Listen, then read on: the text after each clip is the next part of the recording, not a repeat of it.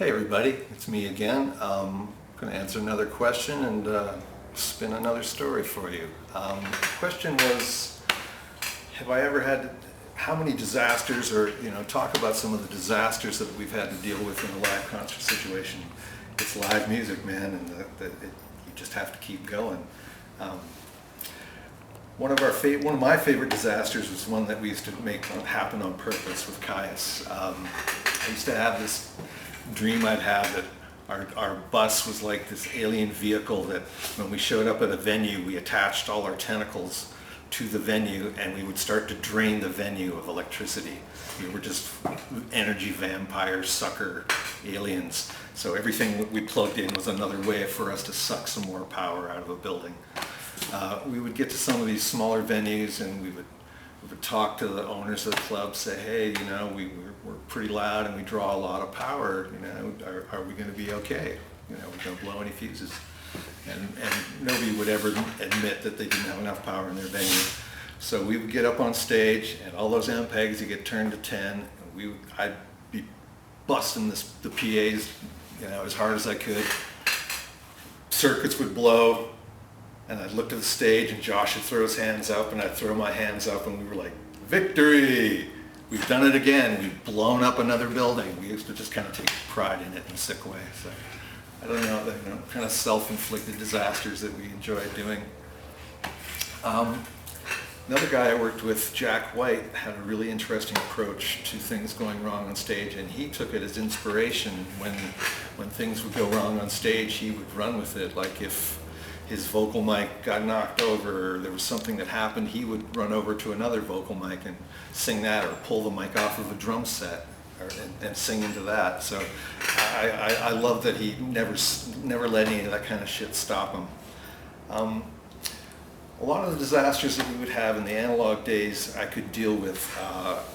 You could see everything in those days, and you could see where things were plugged in, and a lot of that equipment with the tubes and just the way things plugged in would get kind of jostled in the tour process, but a good punch to the side of it would usually make it work again. So those were usually the kind of fixes that you dealt with. In the digital age, and respect to the people who have a skill set to work fast around that gear, it was always a little harder for me. When something went down, I couldn't dive into the computer quick enough to see if I could fix it, and stuff isn't plugged in the same way. As we grew, as Queens grew, and some of the other bands I grew with toured, and the productions got bigger, you hired a lot of people to help you with a lot of the details. People who specialized in different elements, like there was just electricians, and there was just people who dealt with hanging speakers and configuring them for the rooms. And it allowed me to just focus on doing sound. So I'm grateful as my career progressed, I had to worry less and less about how to deal with disasters and just deal with mix and sound. All right, I think I got time just to tell another tale. This is back when we first started out. Besides doing sound for Kyuss, I also did the lighting along with Josh. Josh used to set up light shows when he was a kid for raves, and I had always really been in lighting just from my theater background. So that was one of the most fun things we did. When we'd arrive at a venue, we would try to just set up some kind of retinal delights for our audience to enjoy with the music. And one of our favorite things was a smoke machine.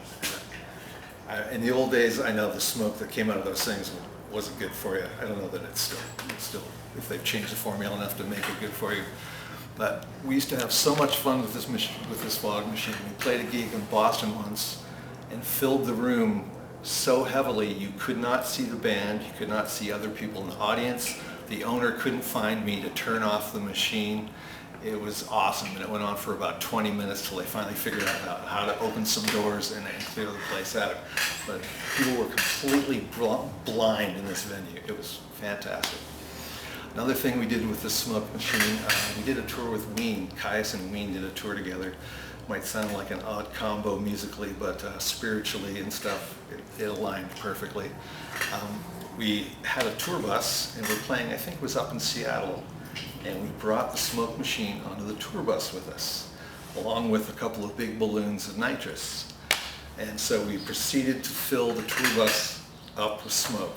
We, again, couldn't see 3 inches in front of your face, You would just be sitting there in your seat in the bus and you would feel a balloon kind of plump off into your face, and you'd reach out and grab it and work your way around and find the nozzle and take a hit of nitrous and push it off into the ether again.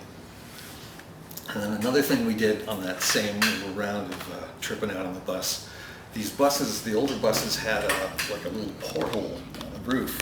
There was a couple of handles and you could push it up to let air into the bus. But we realized that if we pushed it up and down and pumped it, we could blow smoke rings off the top of our bus. So imagine a full-size tour bus parked in a parking lot of a venue, and it's like a steam, like a locomotive or something. It's just puffing huge rings off the top of the bus. That's my smoke machine story. I hope you liked it.